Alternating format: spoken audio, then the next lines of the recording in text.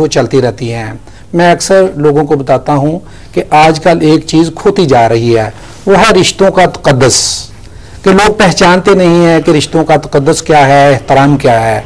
कि जब हम एक नेचुरल जो अल्लाह पाक ने रिश्ते बनाए हैं कि अपने मदर इन लॉ का, अपने फादर इन लॉ का रिस्पेक्ट करेंगे, वो आपको बेटी का लेवल देंगे, फिर वो आपको अपनी औलाद को ऑनर देंगे, आप बहन भाइयों को, अपनी बाबज को, अपने दूसरे जो हैं ब्रदर इन लॉज उनको देंगे और उनको समझेंगे।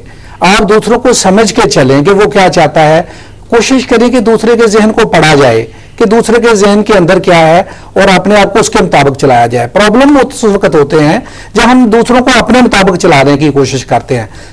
सारे लोग जो हैं यही चाहते हैं कि मेरी बात मानी जाए, मैं दूसरों को अपने मुताबिक चला लूं, मेरी बात माने, लेकिन कोई ये नहीं देखता कि मैं दूसरे की बात भी मान लूं। जब हम में ये रवाज आ जाएगा कि हम टॉलरेट करेंगे, कुव्वत बर्दाश्त को जो है उसको अपने अमल में लाएंगे, हम दूसरे की बात को ध्यान से सुनेंगे, उसको पढ़ेंगे, उसका जवाब देंगे, तो आई डोंट थिंक कि कोई इतने ज्यादा मसाइल, हमने छोटी छोटी बातों को अपने मसाइल बना रखे हैं। डॉक्टर साहब आपको नहीं लगता, मतलब मैं सिर्फ आपसे पूछूं कि a man who try to please everybody, क्या आप मानते हैं इस बात को? क्या आप हर एक को खुश कर रही हैं, लेकिन आपने डिनर सेट तो एक को देना है, तो बाकी वो क्या करेंगे?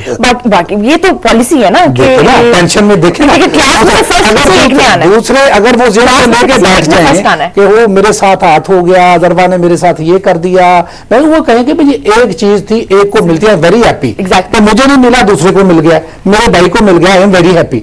ठीक है, अगर मैं कहूंगा कि मुझे मिलना चाहिए, जब मुझे चलेगा तो टेंशन बढ़ेगी। नहीं, इनकी जो बात है मैं इसको थोड़ा सा एलैबोरेट इस तरह से भी करूंगी कि देखने में लगता है कि बड़ा वेरी इजी टू हैंडल, ठीक है हम इनको भी हैंडल कर लेंगे, सबको खुश रख लेंगे, लेकिन आप यकीन करें वाकई में छोटी छोटी सी बातें होती हैं। सिर्फ इतना ही होना कि कोई मेहमान की तरफ जाना, या किसी ने आपको ज्यादा इंपॉर्टेंस दे दी, किसी ने कम दी, तो वो जो खवातीन है हमारे मुल्क की माशाल्लाह से, मतलब बहुत इंटेलिजेंट, बहुत इनोसेंट और बहुत वो आप जिसे कहते हैं ना एक मासूम जहन होता है, वो तारी कर लेती हैं कि उन्होंने नहीं पूछा, ये किसी ने इस तरह नहीं किया, मुझे इंपॉर्टेंस नहीं दी, वो बात नहीं की, कोई सास बहू में लड़ाई हो गई, इस तरह से। ये इसके बारे में वही बात हमारे साथ। अस्सलाम वालेकुम।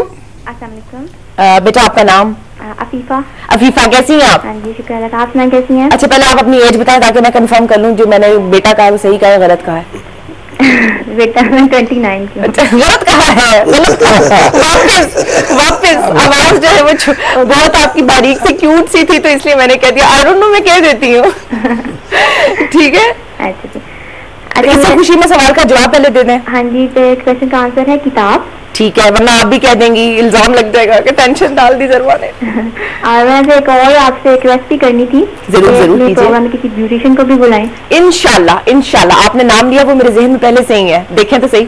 ठीक है, और डॉक्टर साहब से मैं ये पूछूंगी कि आजकल हर कोई डिप्रेशन का शिकार है, और जो डिप्रेशन का शिकार है वो डॉक्टर के पास भी जाते हैं, डॉक्टर की महंगी महंगी मेडिसिन भी लिख के देते हैं, वो कंट्रोल भी हो जाती है, लेकिन जैसे मेडिसिन छोड़ते हैं भी वो उसी में यानी कि फिर डिप्रेशन का शिकार हो जाते हैं।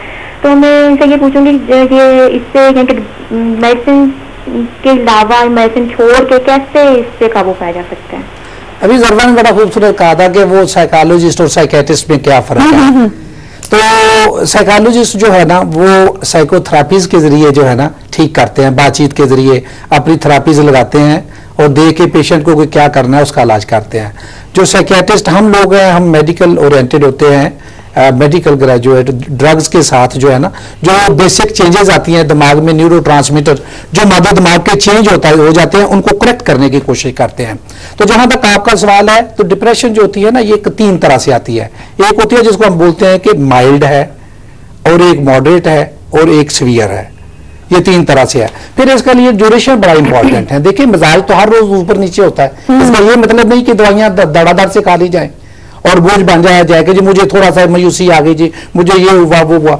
जब आपकी मायूसी की कैफियत मुसलसल 2 हफ्ते ज्यादा रहे और आपको असरअंदाज करना शुरू कर दे, आपकी सलाहियतें जो है वो मुतासर होना चाहिए, एफिशिएंसी कम हो जाए, आपकी नींद का पैटर्न चेंज हो जाए, आपका मिजाज चेंज हो जाए, आपका मिजाज अक्सर जो है या तो एजिटेटेड रहे या डिप्रेशन में सैडनेस का रहे, या खुदा न खास्ता जिंदगी से बेजारी के ख्याल आना शुरू हो, तो आप समझिए कि अब इस वक्त बहुत जरूरत है पर्टिकुलरली अगर साइकियाट्रिस्ट की। जब सुइसाइड के ख्याल आने शुरू हो जाए, जब सैडनेस सीवियर हो जाए, जब काम पे दिल न करे जाने के लिए और धक्के से कोई निकाले, या सोते रहे या अर्ली उठ जाए, नींद से और दिन आपको बहुत लगे कि गुजरना ही नहीं है और ख्यालात मनफी आ जाएं, हर चीज तारीक नजर आए, तो उस वक्त मेडिकल मैनेजमेंट की जरूरत होती है। सर मैं आपसे बात करती, ब्रेक आ गई जी, ब्रेक बड़ी जरूरी है और बिल्कुल आपने किसी खुदा ना खास्ता ऐसे सुसाइड के बारे में नहीं सोचना, इसलिए हम ब्रेक लेने लगे हैं ताकि आप उधर ही रहें जहां पे हैं।